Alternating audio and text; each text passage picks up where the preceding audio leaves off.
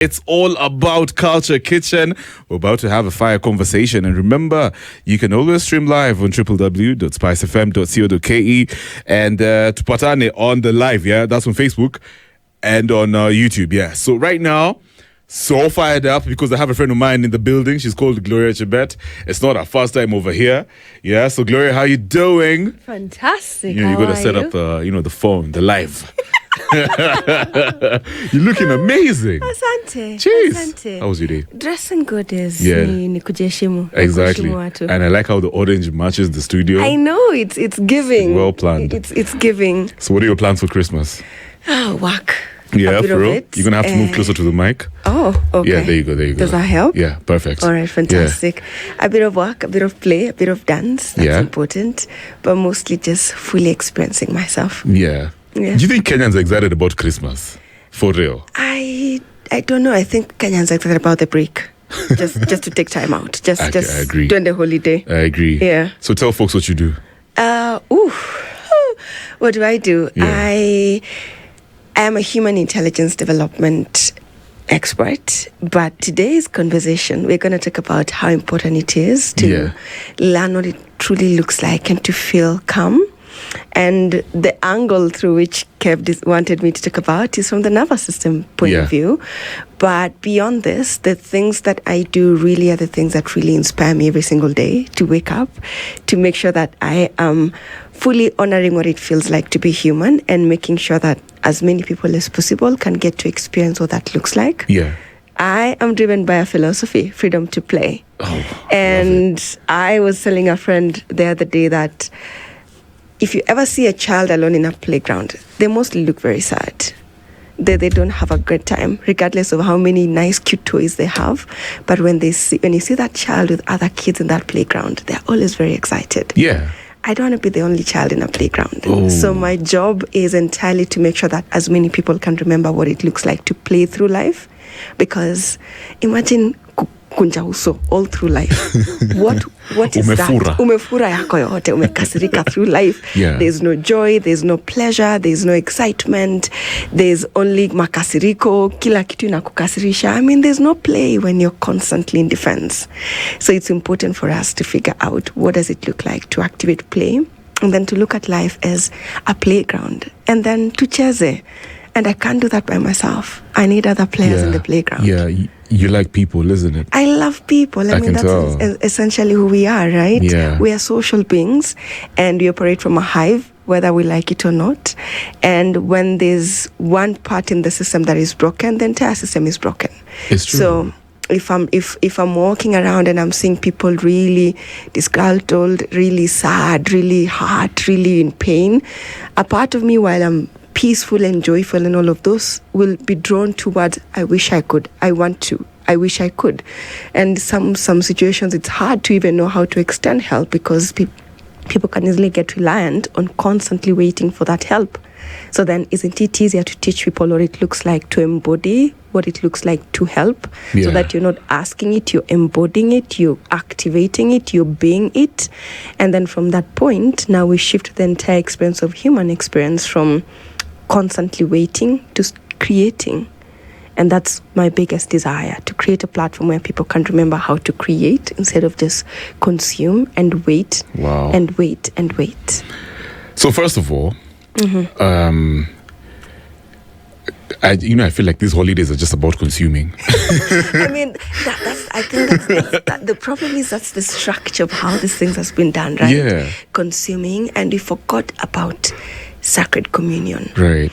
I was listening to this advert on YouTube that it's only in America where one day after Thanksgiving, people are kanyagaing each other in the malls trying to fight for a deal, the Good Friday and all of those, the Black Friday, whatever that is. Yeah. And you're thinking, jana tu ndo tumetoka hapa kumbayaing, loving on each other, and then the next day you're there kicking people on the door just to go grab a TV. You know, so that's what humanity has been reduced to. Almost like cows going into a slaughterhouse, and we just keep on running straight into that slaughterhouse without recognizing that, we're actually going to the slaughterhouse. So we've been programmed to actually continue wanting things It's almost as if our happiness is outside of us. Oh yeah, currently that's the way the system operates, right? Yeah. That's the entire narrative around consumerism, around the capitalism world we live in, around the experiences we've had as humans for the past couple of years. It's had its benefits. I mean, it's accelerated industrialization, it's accelerated growth, it's accelerated our ability to create things. That said, to what expense? And you see that a lot today. So many people are so disconnected from themselves, so disconnected from what it means to be human, so disconnected from community, so disconnected from truly connecting with themselves, that I could have all the money in the world, but then a part of me is so empty, and we keep thinking that the more things I can get, the more cuter babes, more handsome men, more beautiful kids in the best of schools, more cute cars and more money in my account is what will make me feel better. Ask those who've gotten it. They're still in the same place. They're still really struggling. No, it's even worse because you're constantly hyper vigilant, because you're like, what if they find out how I got that money? What if somebody comes and steals from me? So that you have all these crazy looking security systems in your entire life. There's no part of you that is truly free. I'm not saying all wealth is bad. I'm saying that the examples we have today of what wealth has been, there is no freedom that you see from those people. There's what we are told that we want to experience that they're experiencing, and there's something completely different about how they truly are experiencing themselves. It's interesting you put it like that, because I was just a couple of weeks ago I was watching Jim Carrey, the actor. He was talking about he wishes, he's always wishing that people would actually experience fame, for them to realize that even with that fame, you're still not going to be happy. Agreed. You're still not going to live the ideal life that you perceive famous people actually live. It's fascinating, because even me personally, like, ever since I was young, I always wanted to be a radio presenter. Yeah. But now that I'm here, I still don't feel like I... It's not it. It's not the ultimate, like, it's not the ultimate state of being. Say for example, like I still feel like there's something out there for me. And I guess also that's the perfect place to start this conversation, because when somebody hears your profile, the stuff that you do, nervous system regulation, when they're encountering that word for the first time, what does it actually mean? Nervous system regulation, trainer and coach. Yes.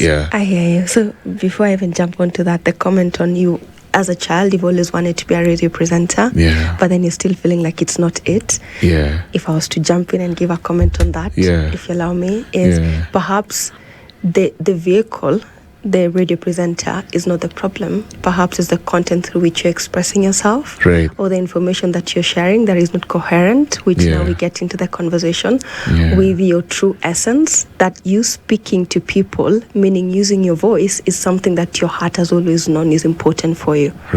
The what that you get to use that voice for is what we are still trying to calibrate towards. Wow, brilliant. And the moment you figure out what that looks like, then your voice becomes a tool for shifting people's consciousness, for awakening people, for activating people, for healing people. And from that point, there's no better satisfaction that you would feel than when you notice that your work is directly contributing towards the shift in consciousness in the collective. I like how you put it, because initially, and how this industry is actually based and set up, it's very competitive. You're always trying to trend, because that's what actually gets you paid. Agreed. Agreed. But you're telling me that I actually have to have a shift. With the way I'm going about communicating and using my voice. I love that, because your voice is powerful. That's something that nothing can replicate. It's entirely you. And from that point, figuring out how to best position that voice is really what your soul is looking forward to. So no, it's not out there. It's right here looking at me. And that brings me to the conversation. What is nervous system, and what is nervous system coaching or regulating? Because I don't particularly say I'm a nervous system coach, but I'm really big on nervous system work. And I am currently now putting together what would be the Human Intelligence Development Program. There you go. And I really would love to have a conversation on that, but that is not the topic for the day. The topic for the day is nervous system. Now, what is the nervous system? See, I'll use an analogy of a car. in a car, there is a system that allows the car to move. The accelerator, which you step on the fuel, the motor is moving as fast as it needs to. And then there is a system also that allows the car to stop, to brake, and to slow down, and to come to a halt.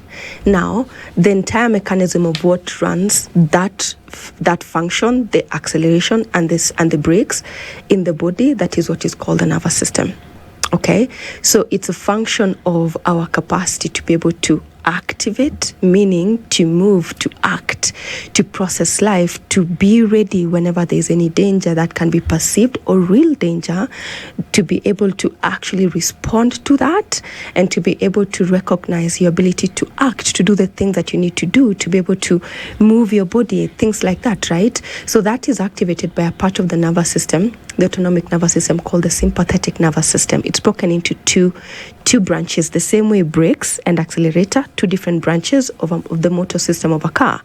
And then the parasympathetic state on the other end is the part of the body that tells you, hey, relax, let's make merry, let's digest what we've been eating. And by digestion, I'm not just talking about food, I'm also talking about emotions. I'm talking about processing life. Let's sit down, let's understand what's going on, let's consume, let's break down what we're doing, let's sleep, let's make love, all of those things. Now, the sympathetic state is your protective system for the external world. It activates to keep you safe in the external world. The parasympathetic system activates to keep you safe in the internal world. Now, the problem is, because of the way I always say that the game has been rigged. Because why do I say this? Because nobody teaches us these things. And no, I won't put the blame on the older generations, because nobody taught them either. I agree. So you can't teach what you don't know. Yeah. Impossible to do that, and including in the medical space, to be honest, because there's a lot of conversation around, doctors should have taught us this, doctors should have taught us that.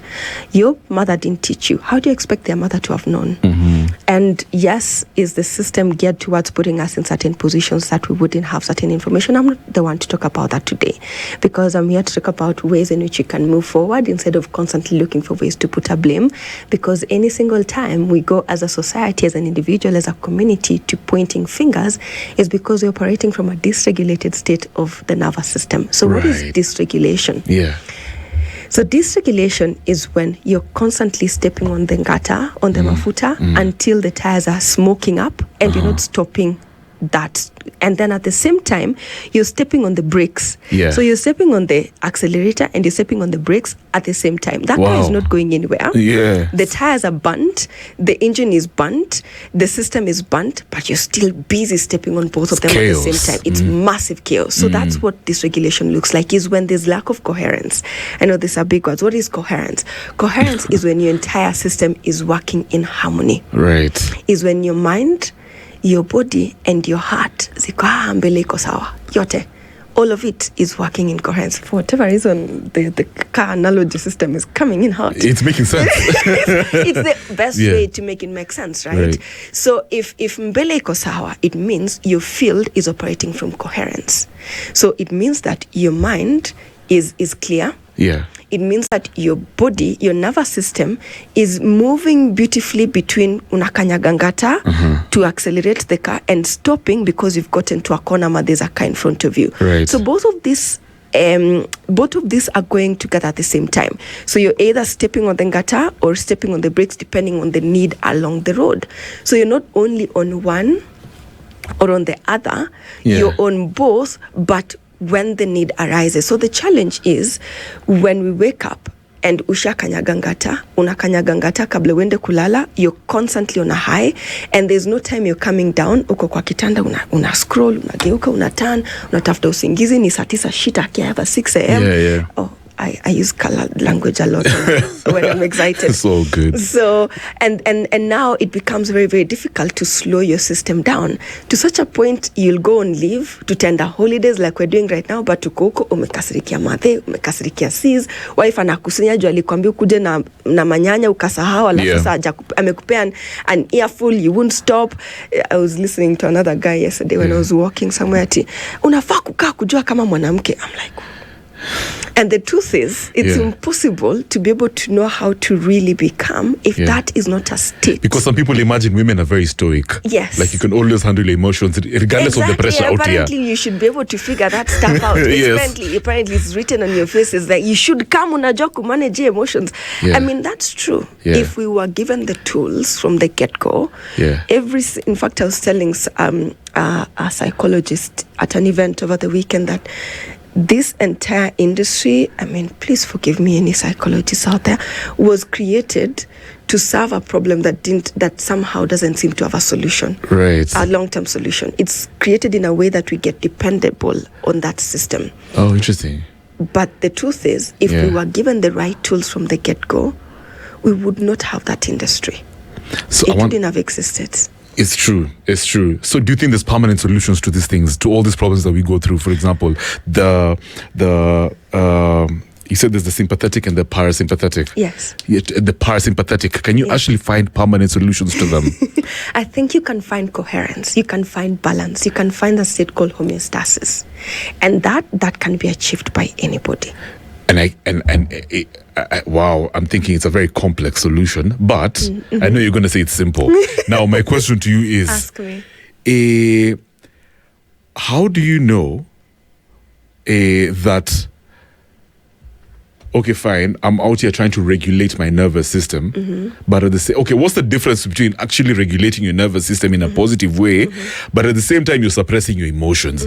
Because while you're speaking, I'm thinking, isn't it a good thing to sometimes actually express your emotions, regardless of whether they're kidogo perceived to be toxic? Like, come on, utakulia, cry.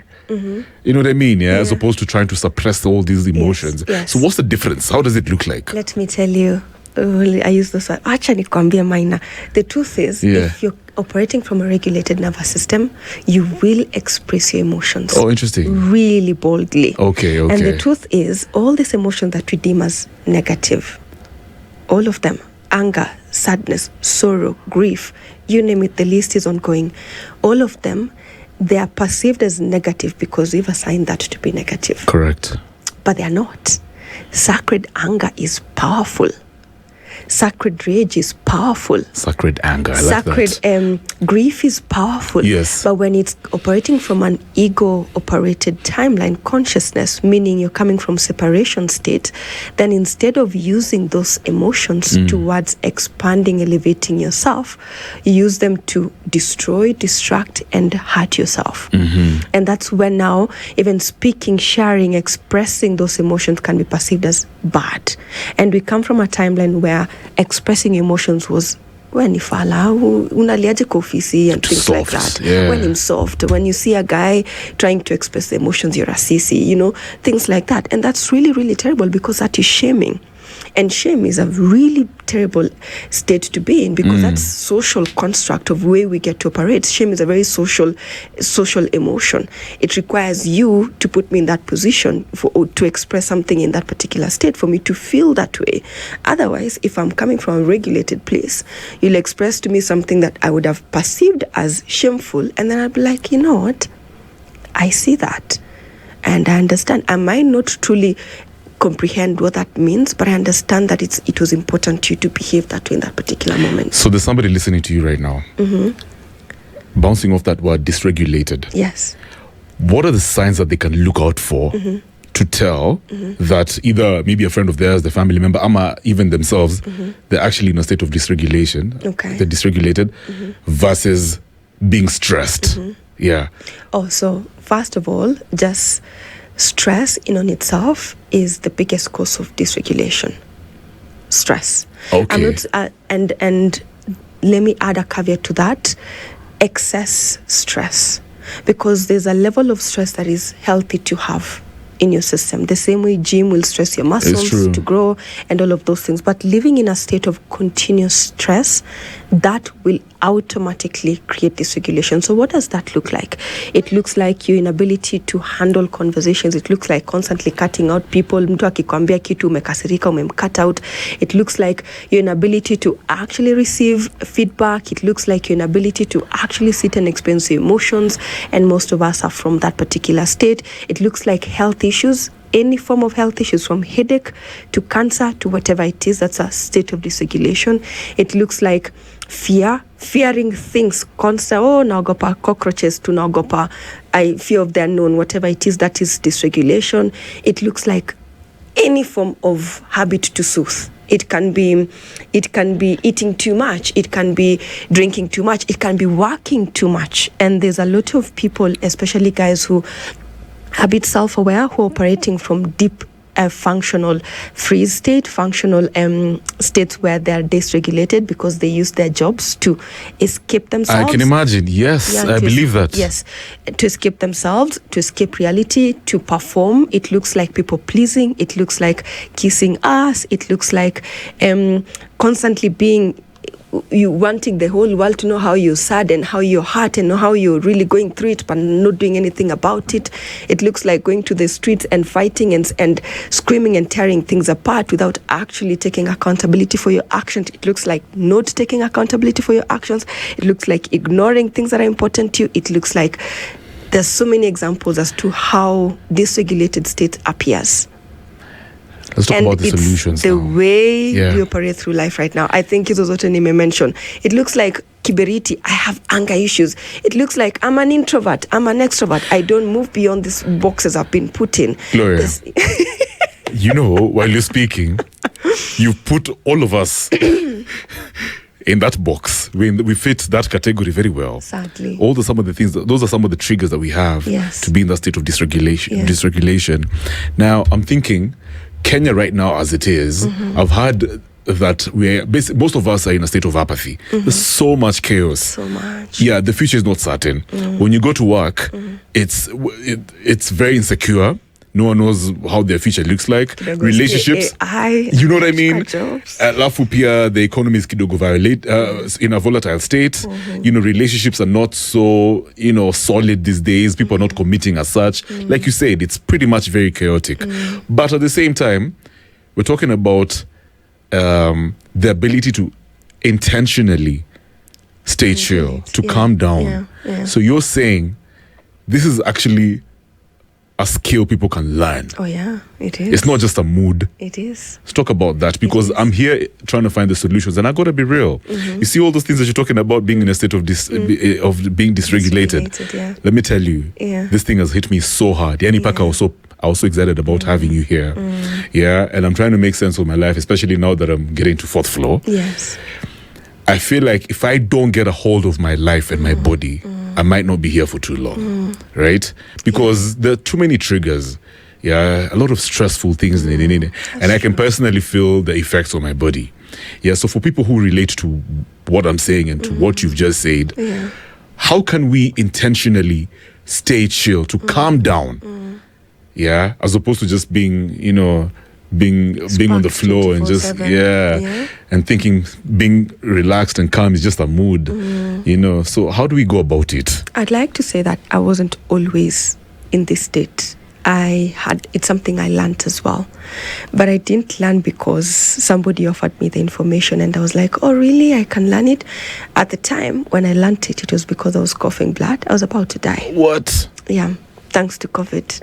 But I'm like, thanks to COVID, because if I didn't experience what COVID sent me down, I wouldn't be speaking to you today. Because Kev, I tried to take myself out. I was absolutely done with this crap of what was life at the time. I didn't see the value in it. I thought I was wasting oxygen. I thought it was a waste of time. I was like, this is absolute nonsense. Somebody make it make sense. Why the hell we are alive? In nonsense. I mean, life ilikuwa kuchekwa hivi. So I get it completely, because I've walked down that path first. I was physically dysregulated, meaning health yangu kwacho. Mentally, in the dustbin. Physically, I had patience like this, zero. Unajua, when they say that kataini ka handbag and then you check inside, 0 facts to give. Yeah, I was ata sikuwa na bag, done. So I'm not speaking from a place of atuya naongea ni kama ajaishi life. No, I've been down this path. So I know so deeply that many of us are down that path. Now, there are simple things that we can do to be able to get ourselves out of that path. But simple, not easy, because it demands devotion. I'm not saying discipline, I'm saying devotion. And I'm using those words very, very carefully because discipline is an aspect of devotion. Now, when it comes to regulating your nervous system, there's something called safety. It's a state of being safe. So that is your ability to activate a sense of stability. And when I say stability, I'm not saying that you have millions in the bank and now you're stable and things are really working so well for you. No, that's external.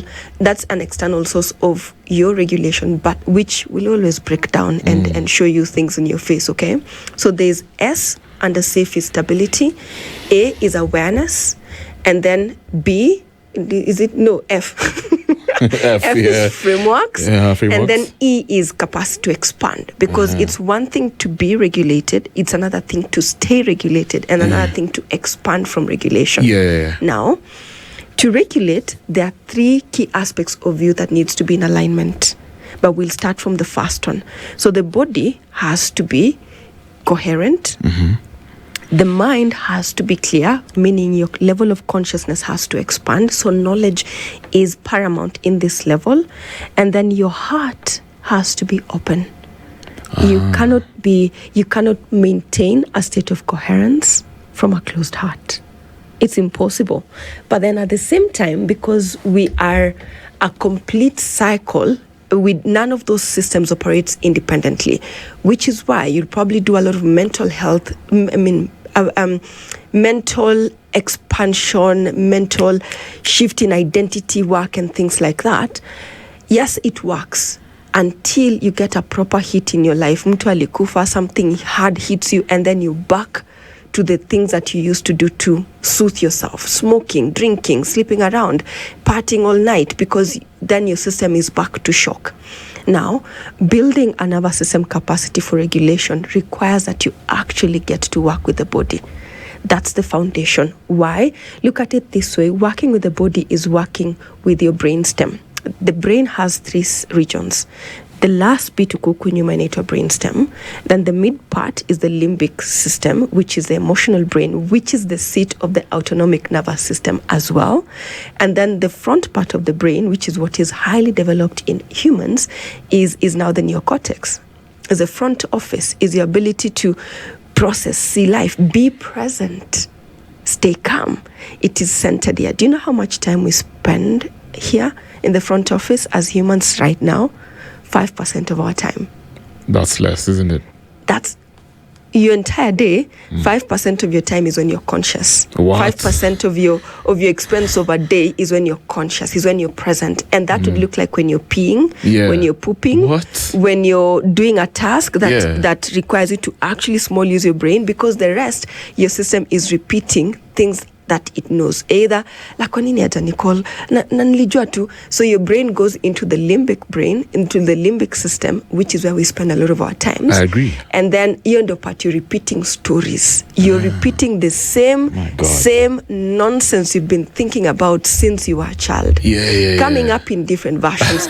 Mdosi aliniangalia saa zile vibaya. No, sijui venye ananiangalia. And then you'll tell everybody in the office that same story. Do you know how long emotions stay in your body when you get angry? 90 seconds. 90 seconds. 90 seconds. Do you know how long your brain will expand that emotion? Months, days, years. Because your brain will go and look for similar patterns in your past that has the same pathways as that emotion. Na nilijua tu, ndio maana madhe hata nikiwa mtoto nilikuwa nafanyanga hivi, and if it wasn't for, and I knew my dad never liked me. Unaona wenyewe, so we go back, we spend 95% of our time. So how do we switch that? by learning to be present. And that's activating calm. And to activate calm, it means we activate that state of being safe in the body. Right. Now, how do we do that? So there are a couple of ways we can do that. I'd put this in like 3 different ways. There's the far out ways that are high impact, but also high time consuming.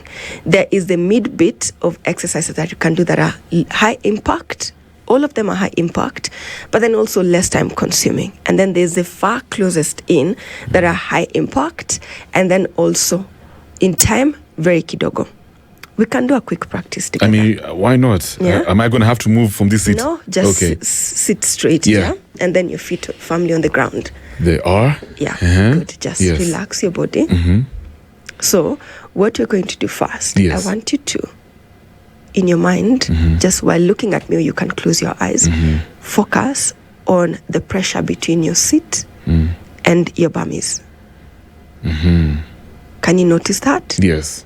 And then notice the contact between the outfit you're wearing and your skin, and at the same time notice the parts of your skin that are exposed to air. Wow. Do you see the difference? Now notice your big toe. Can you pay attention to your big toe? Notice the tip top of your head. And then notice the in and outflow of air into your system. I'm with you. Yes, and then just pay attention to your heart center. You might feel your heartbeat, you might not, it's fine. I can. Good, pay attention to that. And then pay attention to the back of your neck where your spine connects to your head. Do you feel that? Yes. And then if you can, just even close your eyes and don't respond to me as we do the rest. Now pay attention to your shoulders and allow them just to drop a bit. Good. Can you try to drop them like 5% more? Good.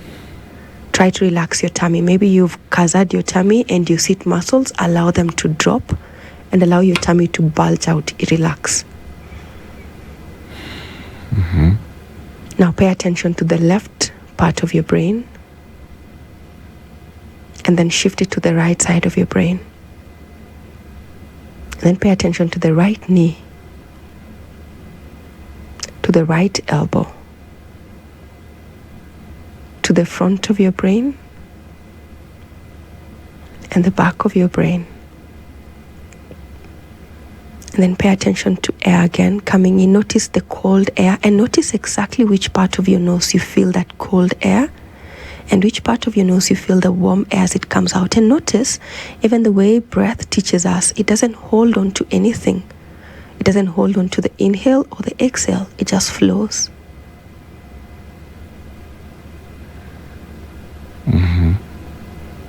Just be there for a second more. And then try slow your breath 1% more.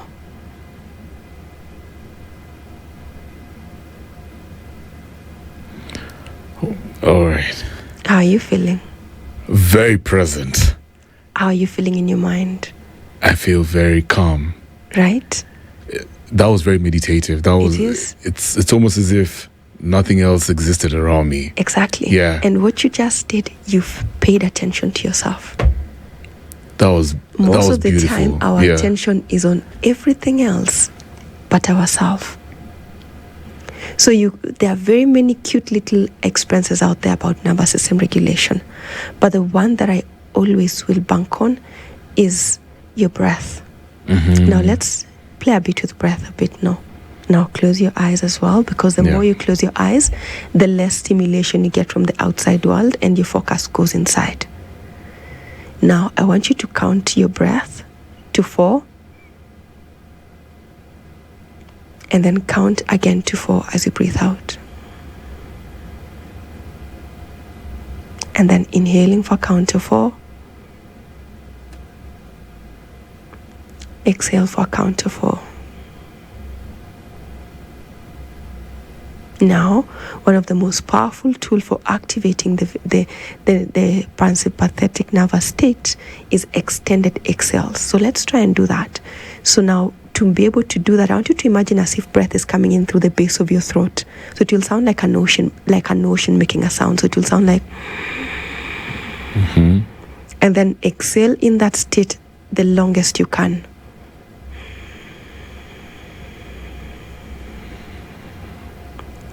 Inhaling again.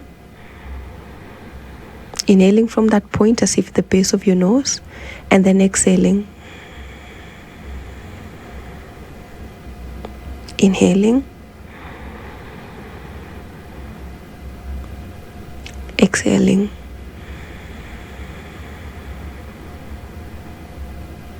Inhaling.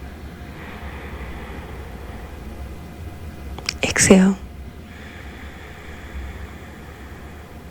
Now you can open your eyes, but do the breathing as well, because I need to give you tools that you can use even while you're in a meeting, right? So inhale, just look at me. Exhale. Inhale. Exhale. Keep on inhaling. Exhale. Does it feel weird to do that while you're in a meeting, while having conversation with people? No, it doesn't feel weird. No. Yeah. But it actually feels like I'm in my natural state. Exactly. Yeah. Exactly. But there are other tools that you can do. Tapping, people know about that, but there's one tapping. So you tap very specific areas of your body. Mostly it's the temple, is the space between your eyebrows, the temple, underneath the eyes, underneath the nose, underneath the lip, in your collarbones, in your chest, and at the carotid points, under the points, the base of your hands, up your pinky. Those are places you can tap. But there's also another one called the gorilla thumping. You've seen this. Gorillas always doing this. That's a very important tool to activate something called the thymus. The thymus gland is located at the heart center, which naturally closes from when we turn into puberty. And activating it is paramount for healthy heart health. So what I want us to do is take a short break, and then we come back and continue with this conversation. All right. That was beautiful. Okay. Gloria Chebet is here with me. Guys, we're talking how to train your nervous system to stop overthinking and actually start living. Remember, she's a human intelligence development trainer and coach, and I hope you're loving this conversation. On Culture Kitchen, right now, I'm hanging out with the lovely, the very talented, the very smart one, Gloria Chebet. She is a human intelligence development trainer and coach. We're talking how to train your nervous system to stop overthinking and start living. Yes. And this is a very powerful conversation, because obviously we're all going through weird phases in our lives right now. Maybe it's natural. I guess this is part of the human process and experience. But many people are yearning to have a sense of calm in the midst of this storm, right? Yeah. So some of us are, I don't know, we're trying all these things. Like, some of us are resorting to religion and spirituality. Some people drugs. Other people workouts, some of, like myself, for example, the gym and the nini. But one thing I've learned from all that you've told us so far is that staying calm can actually be learned. Yes, it's a skill that you can learn, and you can regulate your nervous system to a point where you're functional. You can go through the phases of life. Now, moving forward, Chebet, so all these experiences, all these practical things that you taught me, I've heard people talking about the breathing techniques, by the way, in the past. I used to listen to some other guy called Elliot Halls. He used to say, and you're supposed to breathe through your balls. I'm like, how do I do that? But now, exactly, but now I get it. You know what I mean? Yeah, there's a way you're supposed to go about it. Initially, it sounded kidogo trendy. So, I'm curious, maybe in your personal life, over the years, how often have you had to practice these things? Is it like an everyday thing? Is this now part of your nature? For example, the breathing, the whole, like, meditating. Is there any time you don't breathe?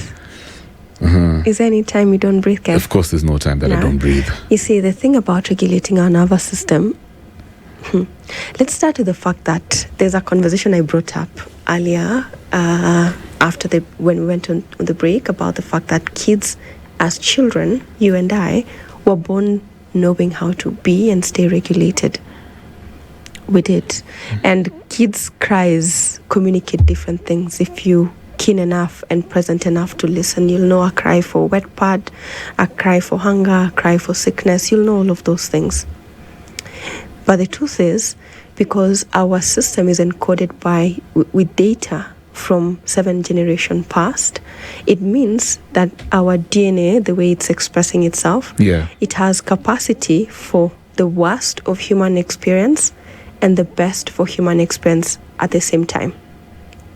So, depending on what you're exposed to all the time, every time, it will activate what is within the either section of your experiences at any particular moment. Meaning, if you're constantly exposed to stress, anxiety, things like that all the time, every time, meaning you're constantly worried about the future and constantly stuck about how the past is not so good, so there's no evidence of things working out, and therefore you're so concerned about the potential of the future working out, so you're carrying both anxiety and depression of the past at the same time. So you're constantly worried about your family, your jobs, all of those things. That's a very unnatural way of living. Kids, any child doesn't live like that. When a child walks in here, 2, 3-year-old, 4-year-old, 5-year-old, akiingia and then they've seen me once or twice, nichape umtoibare. Yeah.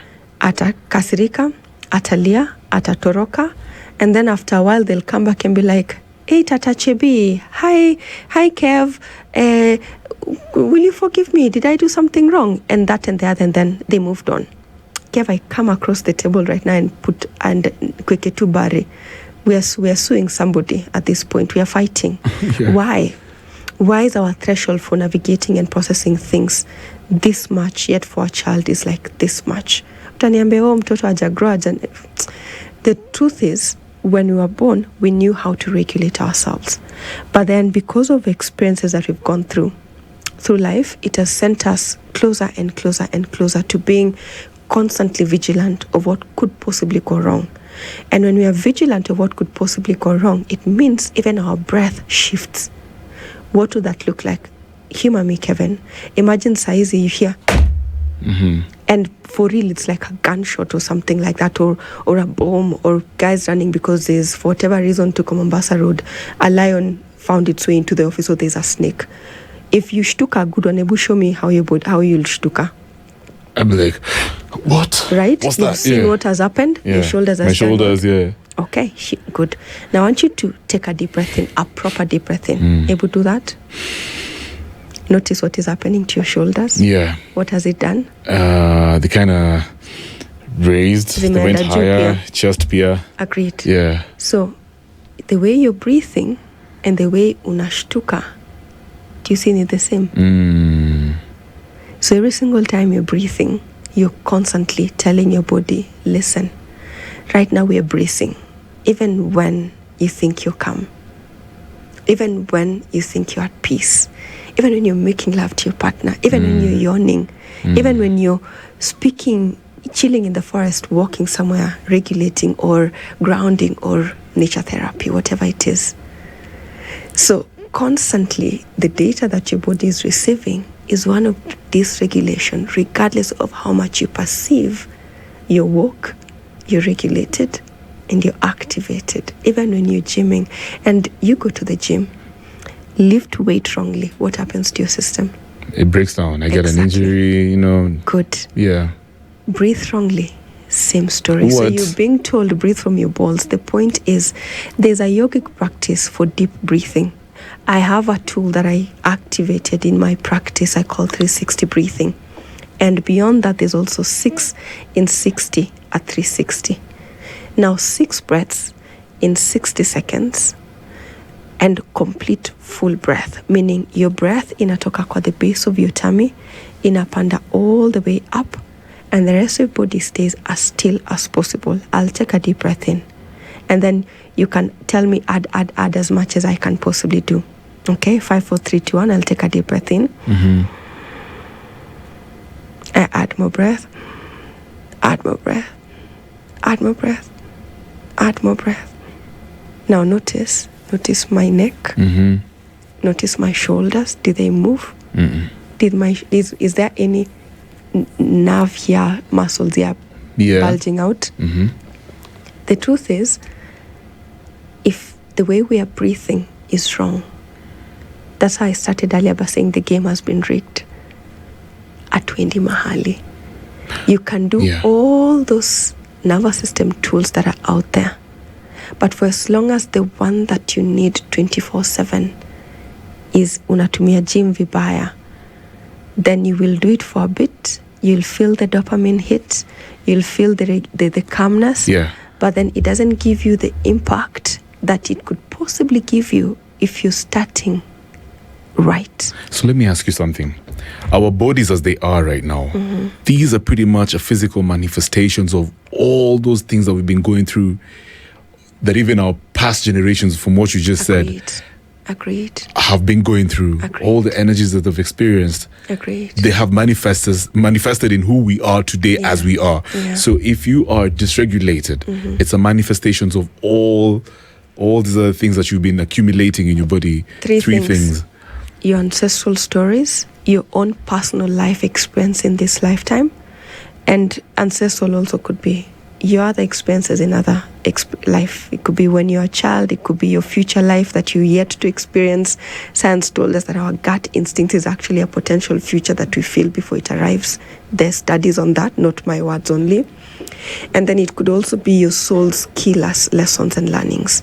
So all of these things is a cocktail of stories we're experiencing at the same time. And to note, if you've been awake, there's a lot of things that are happening in the world right now that seem to be biblical stories, from earthquakes to fires to governments shutting down and those things don't seem to be lessening. So the world is putting pressure, inaongeza tu pressure. If you don't have capacity to meet this pressure with regulation, with calmness, we'll be blown up with the volcanoes that are blowing up around the world. What does actual living look like? Somebody who's not going through stress, somebody who's not on survival mode, somebody who's quote unquote I don't want to say thriving, but you're in your perfect state. How does it look like? In the Maslow's hierarchy, what is the highest? What is it? I don't know, you tell me. Self-actualization, yes, right? It's true, self-actualization, yes. And the truth about to be self-actualized is not dependent on how wealthy, how much money you have and all of those things. It's the ability to fully experience human experience with a healthy level of detachment and a healthy level of presence. Meaning, at any particular moment, your system is coherent, meaning your nervous system is operating from a place of homeostasis. You're both in the fight and flight and also in the rest and digest at equal measure. Right. Why is that so important? Because when you're operating too much from the fight and flight mode, instead of feeding into the energetic field around you, because we each have an energetic field. And beyond that, we also have the collective field. When you're constantly in fight and flight, instead of contributing energy to that field, you're drawing energy from that field. That can look like kuchomeana, could draw from people because you've wasted your own energy. So the best way to operate is to draw across from people. So that will be stealing, talking shit about people, because now I need to talk badly about you, and then you react. So you give me your energy, and then I use your energy for whatever. That's where manipulation exists.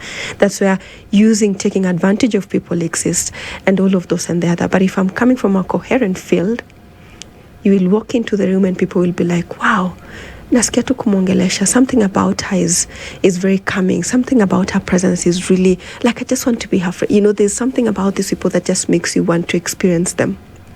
Because you feed into the system.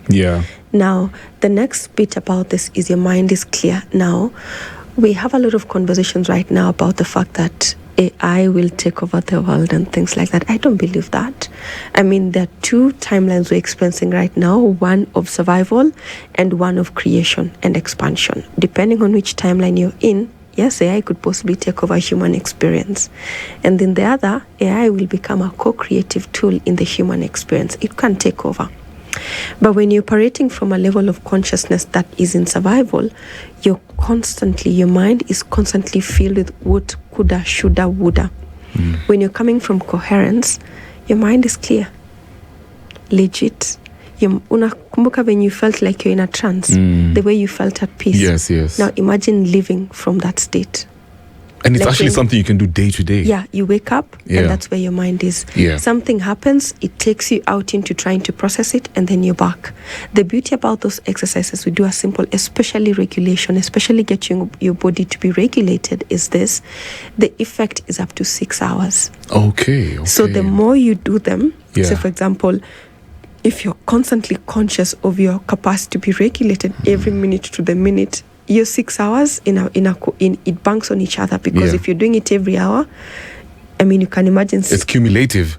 Let me ask you something, by the way. Sorry to cut you short. So for people who say, for example, you're at an older stage in your life, maybe you're in your 60s, 70s or whatever, and they're listening to you right now and they're thinking, damn, like I'm damaged, I'm a damaged soul. If I'm just thinking all the ish that I've been through in my past life, with my parents, my grandparents, you know, all these other things now in his current life. You know what I mean? All the trauma that he's carried. Can he actually reverse his things at that particular stage of their lives? The damage is done and it's very hard. I have a client, she's 56. And let me read. No, I will not. Yeah, because I've seen some people who've gone through so much, like even in live radio, but she sent me feedback. Yeah. And she is doing incredibly well. Yet she's close to 60, and she's really, really expansive in her space right now, something she's never experienced. She's actually healed from her past. Somebody who even had cancer at some point, right? So she's healing, she's growing, and she's really getting regulated. In fact, most of my clients are way older than I am, and they're really doing so well. The ones that impress me are the ones who are slightly younger than I am or same age, especially those who have the drive to see a complete shift in life. Because when you're working from this particular level up, because now we're working from the brainstem, then the limbic, and then the neocortex. So meaning even when it comes to changing your identity, changing who you are, we're not changing a section of who you are. We're not working on your identity, for example. We're changing the template through which your genes are expressing every single minute. That will require a bit of commitment, which is why I said it requires devotion. You can't have to be devoted to seeing a difference in your life. And there's no, this one excited me. I got a call today from a kid. He was 12 last year when I did a camp. I have a super teens camp that I do every year. And this kid was one of the students in that camp last year. Lost the dad, lost the granddad in the same year. The mom is not present, being raised by the granddad. This kid has enough trauma for a 13-year-old. So he wasn't sharing. The moment we came into the session, he starts to speak, he breaks down. I'm like, okay, you don't have to share. The grandmom called me today. Let me tell you what time she called, because this melted my heart. Yeah. She called me at 12:47 p.m. Yeah. She called me to tell me, do you know that so-and-so was top 10? What? Do you know that he's playing this and that and the other? So I even told her to write me a review of how the kid shifted. And at the same breath, I get a feedback from a 57-year-old lady this year now, telling me how much her life has completely transformed after 2 months of session. See, nervous system work is not... Because working with the body requires at least changing a behavior is not an overnight thing. Yeah. But the moment it sticks, ni kama workout. The moment you start to see shifts in your body, it doesn't go anywhere. Yes, the muscle could be in a zaisha and all of those things, but what you learned you cannot unlearn. And if you do it with things that are constantly activating regulation, like just simple as just how you're breathing and breathing right, you do that every minute. There's no single time of your life you will be dysregulated. What will happen? You will be either shifting between the two states and finding a way to bring yourself back, because that is what resilience is. Yes. Resilience Perfect. I like is your that. ability to actually bounce back from life's hardship, stress, and all of those things. That's your capacity to be resilient. And most of the people that we see today, we don't know what it looks like to be resilient. Yeah. And the beauty is the moment you learn to be resilient, then even emotional intelligence becomes very easy to learn. So all these stories of trying to learn about emotional intelligence without a regulated state is a patch. because the issue is not in the emotions you're expressing, it's how you express those emotions. And if you're coming from a dysregulated state, kitu kidogo utalipuka, because let me use this example, and then you can ask a question. Imagine, if you will, you assaulted when you're young. Ulishikwa na fadhe ukatandikwa, right? Alikuvuruta hivi, akakuinua nguo, akakuchapa. And that used to happen a lot when we were kids. Now, saizi unatembea kwa barabara, alafu mtu amat akuvute hivyo. Madam, suingie kwa hii You're triggered. You're triggered. Yeah. Ukasirike, umtukane. Yeah. Msewa konda akuza, we nini, kwani mtu hawezi kuguza. To him, it's something so simple, kukuguza, but to you, your mind has the limbic bit and the brainstem together, survival bit, and then the mammalian bit where your emotions sit, has replayed in those milliseconds every single moment in your entire life where that similar experience has happened. And you see, the body records information through your senses. So touch, voice, your sound, your sight, seeing somebody doing that to you, your sensations in your body, all of those, your body keeps all of those data separately. And it's stacked in the body. And it's stacked first in, last out. So it's stacked in the body. Nikuje nikuvute. Even I, the one who's screaming, don't know why I'm screaming. Yeah, it's true. All I do know is I am so mad. Unanishika hivyo. So you spike and you get so angry. Now extrapolate this. Mlango imekuvuruta, umeingia kwa. Umekasirikia mlango. Unataka kwa hiyo lock, unataka kuvuta while hiyo you're speaking, mlango. I'm thinking these things actually end up becoming generational. Like you pass them down to your kids. You do. So at the same time, if you start working on yourself, if you start self-regulating, you also pass that to your kids. Exactly. Oh, that's amazing. Exactly. That gives me so much hope. Exactly, you do. Yeah. You change and that's the concept of hurt people, heal people. Because you not only pass it down to your kids, you also heal backwards. Because now the way your mom speaks to you in a dysregulated state and triggers you, and when they speak to you from a regulated state and it doesn't trigger you, changes. Because I have a client, she's telling me, ati madhe ananiambia, misipendi ukinyamaza sana, because the mom is so used to her screaming back, shouting back, getting angry with her, spiraling with her. So when she's calm and she doesn't take on the emotions, because you see, when I'm screaming with you, I love the way Buddha used this as an example. He's like, he was out teaching one day and then somebody came in and started tukanaing the guy. He's like, whatever. This guy is teaching, Buddha is teaching. And then in the crowd of people, somebody comes and starts screaming, hurling insults at him. Yeah. The Buddha is just continuing with his stories, unbothered. This guy gets so mad. Yeah. And then he goes and asks Buddha, so why were you not responding to me? Yeah. And then, because after a while, he just kept quiet. Because it's like, Uyatani Jibu, I sound like a mad person. The Buddha's like, I don't have to receive your gifts. If you give me a gift and I don't like the gift, do I need to take it? No. I don't need to take it. So you keep your gift. And the moment when you're trying to pass energy to somebody in that state and they don't receive it, so if you're regulated and you don't receive that, this person is exhausted. Now they're depleted because they needed to feed off your reactionary energy. It's true. But you've cut that code. That story is ended. Yeah. So anakuscreamia, not that you're ignoring anything. You actually, early in the year, I met this guy. And then he's trying to get me to react in the way that would feed his ego. I was like, why are you angry? Are you angry because I'm not responding to you the way you want me to respond? He started saying, you're emotionally bypassing. You're using spirituality to... I was like, did I speak anything spiritual? No, I'm hearing you. And I'm asking you, why are you so angry? Are you angry because I'm not responding to you with so much panic and anxiety that you want me to? Or because you're not getting the feedback you wanted? Yeah. He was so mad. It's fascinating And you put it like took that. his gift. Yeah. I was like, thank you very much. I appreciate you. Unanitukana. If I tukana you in Kale right now, Michingani. Do you know what that means? Maybe because it sounds like mjinga. Yeah. But you wouldn't react, right? Yeah, so I wouldn't care. Exactly. You wouldn't care. So if I speak to you in a language that you don't understand, if I give you a gift that you don't want, you will not react to me. Let me ask you something, because I can see we're running out of time. No. Self-regulation, I know, me too. Self-regulation also requires you to listen to your body and know when to rest while you're out here engaging in your own personal business. Let's talk about this whole idea of resting. Okay. It's such an important thing. Yes. It's only until recently that I realized it's actually my divine right to rest. It's a privilege to rest. Resting is also part of your growth. It's part of your journey. Now, how should we go about resting? Is it until now we feel like, okay, nimeanza ku burn out, or should we have it in our day-to-day also routines? Should we have like a timeline for resting? Maybe we say an hour here, I'm not doing anything. I'm just going to be chilling, being meditative. No, you see that an hour here of doing nothing? Yeah. I call it DNT, do nothing time. That's a tool for regulation. Nice, yeah. It's called DNT. Yeah. I literally just switch off the lights, switch off everything, switch off my phone, and I just sit and there.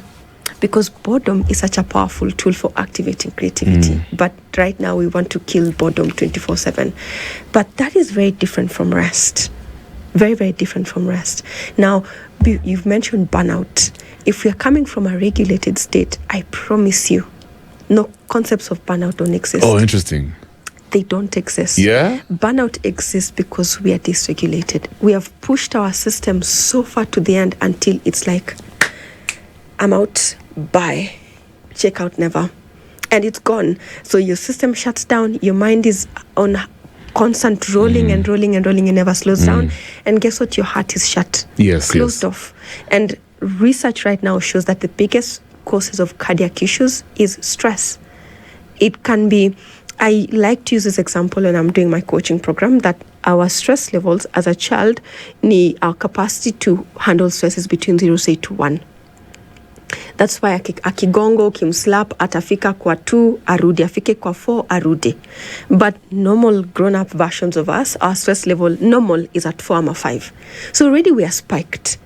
So when kitu kidogo gongazi like this, you're at 7, and then after umechapa one card drink or like this, ama you've watched a game, ama umerudi to 5. So you think 5 is normal. 5 is absolutely crazy. It is not okay. Yeah, that's me. Right? Yeah. Exactly. Yeah. So we are constantly there. And then guess what we do? We start looking for dopamine hits to get us feeling some type of good. But your dopamine after gym, imeisha 2-3 hours later, back to in fact toka nje ya gym alafu kutane na traffic na msemo mwenye atakuongelesha vibaya, back to default. You're back to default, right? Because that's the brain likes to conserve energy, so it will not start to look for, I need to be right. No, it will be like, toka kwa barabara ukukuja na barabara si ya baba yako. So we lose it, we go crazy, right?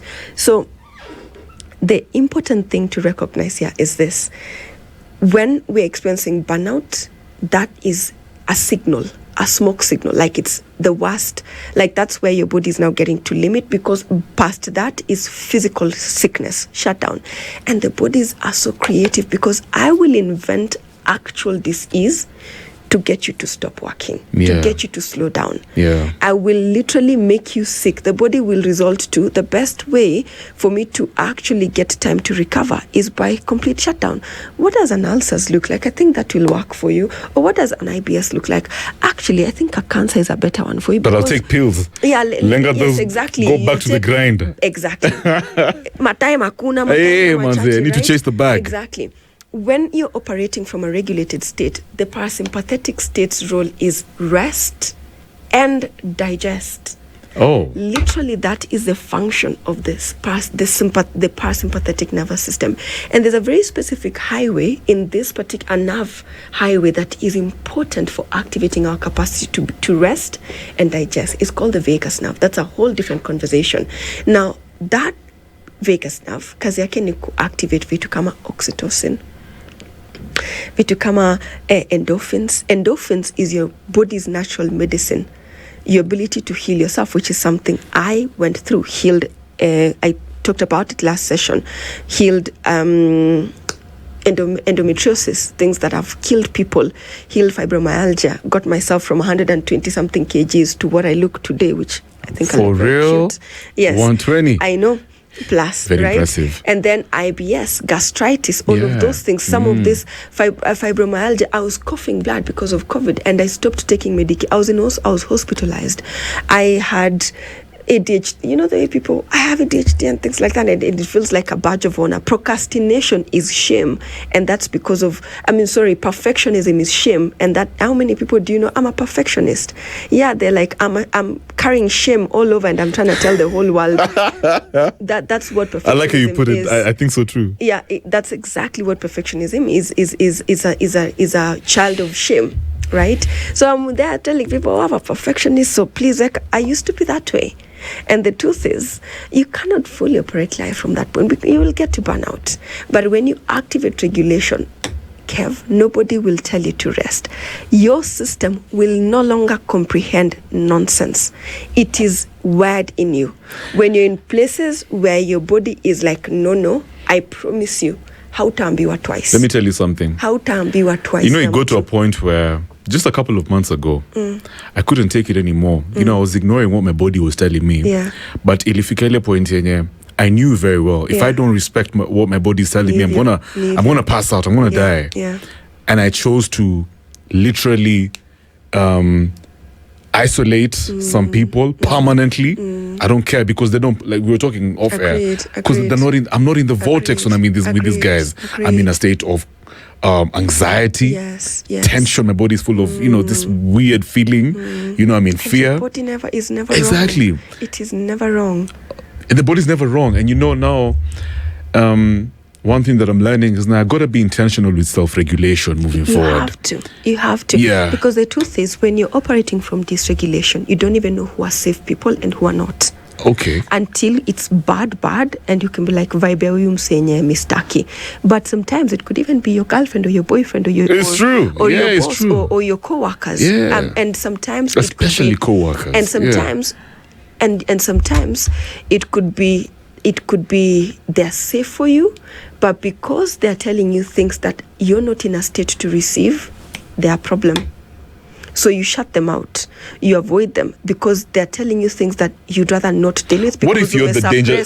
What if you're the danger to yourself? We are always the danger to ourselves. That's where we start. Okay, that's where we start, yeah. Yeah, that's where it starts because I've ignored myself so much, and because I've ignored, then I look for other ways to try and avoid ever listening, and that can put me in spaces where I'm doing dangerous things to my body to avoid ever listening. Because sometimes life can be very heavy. You've gone through so much grief after grief after grief, and or you've hurt people, or you've done things to people that you're not proud of, and you want to avoid ever feeling that, and you resort to drinking, you resort to constantly sleeping around so that people can hurt the way you're hurting, because hurt people. And most of the time, the scale as to which we hurt people varies. But we use people, we manipulate people to get things the way we always are. And the problem is, when you're living from this regulated state, it's much easier to point that finger outward than to call yourself out. Wow, that's and because powerful. Of that, we don't have capacity to take responsibility when we're dysregulated. We don't, because we avoid it. Because why? It will mean I'll have to feel guilt. I'll have to process the shame I'm dealing with. And when even things like narcissism is shame. So it's much easier for me to try and assert control over somebody else than to actually sit with what I am feeling.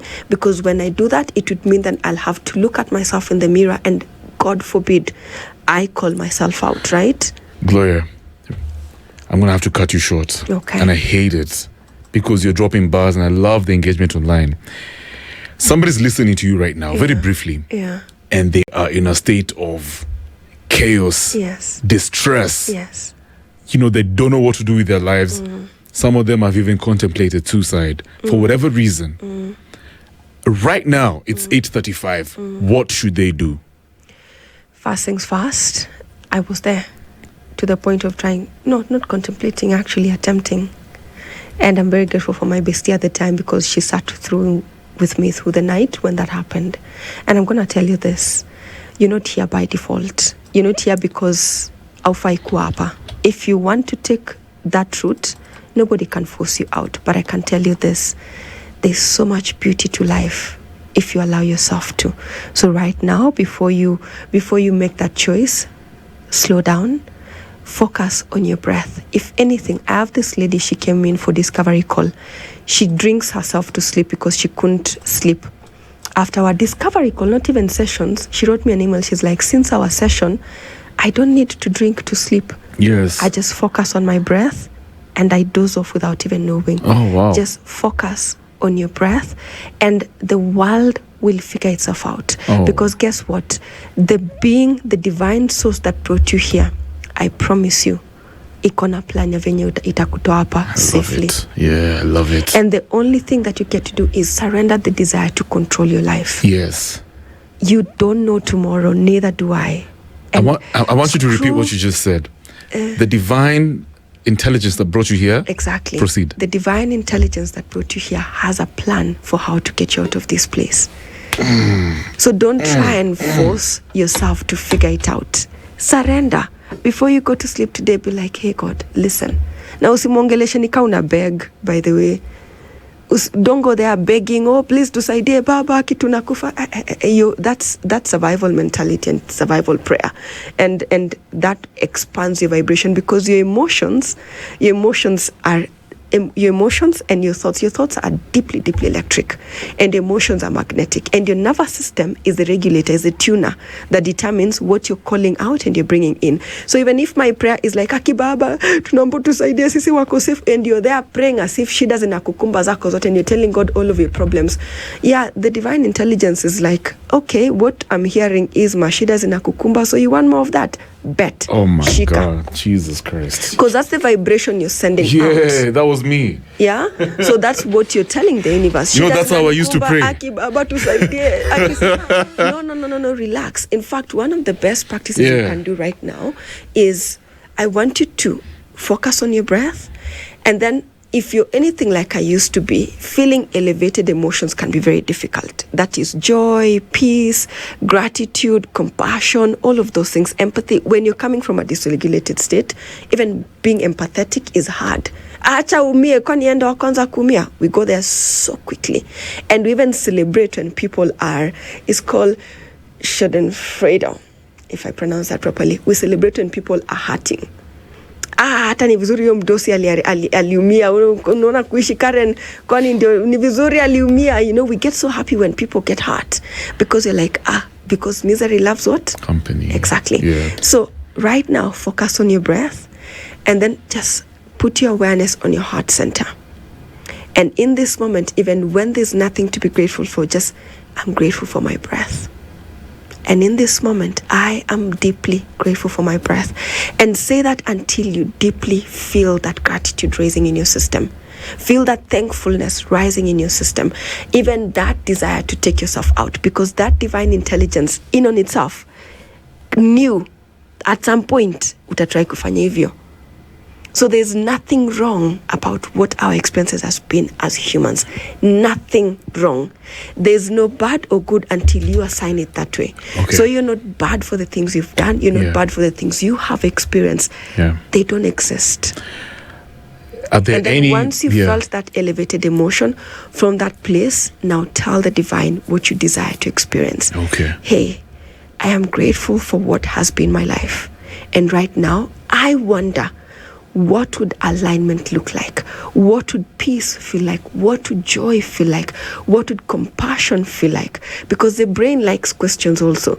Because when you ask, what would this feel like?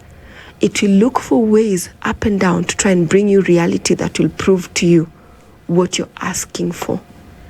I agree. And you can use your faculties. You can use how you feel. You can use a regulated state. That's your body. How you feel is your heart. And what you're thinking being your mind.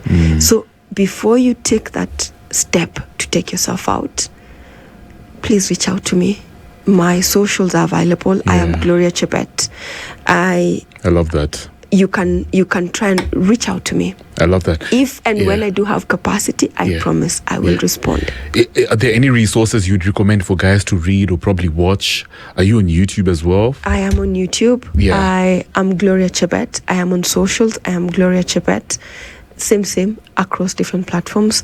I have free sessions on I think I go live on TikTok every single time. I have free classes. Nice. I have one-on-one coaching programs. I have taught close to 20,000 people since last year up Jesus, until that's a now big number, on that platform. And the worst part is most of them are white people. Not white, not there is a problem, but I would really love if more Africans, more Kenyans can come on that platform, to be honest. Yeah. So I'll go live on TikTok. Yeah. I'll go live on Sundays when I do have that session. I think I've scheduled a couple of nervous system regulation practices. So when you do see me live, hata kama naongelea vitu zenye hazi make sense to you, it will just come into that practice and sit down. Because one-on-one sessions with me, you might not afford it. Because if you're where I was, pesa inaweza kuwa tight. But take advantage of the free sessions, guys. Take advantage of those. And I'm not the only teacher who teaches about this. Be curious. Please be curious about wanting to be and do better. Be curious about wanting to feel better. And I promise you, even if you've given a life sentence kind of disease, I healed them. I'm not saying that we all must. I'm saying that if you give yourself a chance, your body a chance, our body is such a divine intelligence system. It's biotech. And it's a tech that knows what it needs to do to be healthy. Wish I do anything to fix kidonda itajisort. Mbona usikuwe na the same attitude about your headache before urushe Panadol kwa kichwa? Mbona usikuwe na the same attitude? You ask me why I drink water with salt in it. Salt, how many of us are being told to go buy magnesium, to go buy potassium? Salt is a natural electrolyte. You put it in water, in warm water, and instantly it gives your body the boost it needs. They are natural medicines that we know now that we can have access to. Simple. Sodium, salt, namaji, boom, done. Your stomach issue starts to be regulated. Your ability to your body to get more water, because also that is a big problem. Dehydration can be fixed. Your cell health can be fixed because mitochondria health. And if you get your nervous system regulated, I promise you this Kenya will be a very different country tomorrow. And we will not be fighting to get the government to fix things for us. In fact, tukimwangalia tukijua Gloria, thank you so much for coming through. You know, I can listen to you the whole day. It's been such an important conversation for many Kenyans like myself right now. I'm glad. Like I said, we're going through stuff, especially millennials. Every other time on the news, we read about guys falling sick and giving up. You know, suicide rates are through the roof. And for me, engaging with people like you, just gets to show me how they're actually there's hope. The people who've you know taken it upon themselves to be resourceful, to add value to the country, and we bless you and we're very thankful for what you're doing. Thank you very Asante much. Sana. Thank you for having me here. I'm super grateful, and I really hope as many people get to learn ways of getting yourself regulated and be curious about wanting to experience the fullest expression of your soul. Thank you so much. Be curious. Asante Sana. I know we're going to have another conversation. You better call me back. We will. There's a lot we can touch on. Then we talk about human intelligence. I really cannot wait to talk about that. I love that. Those are my type of conversations. Thank you so much.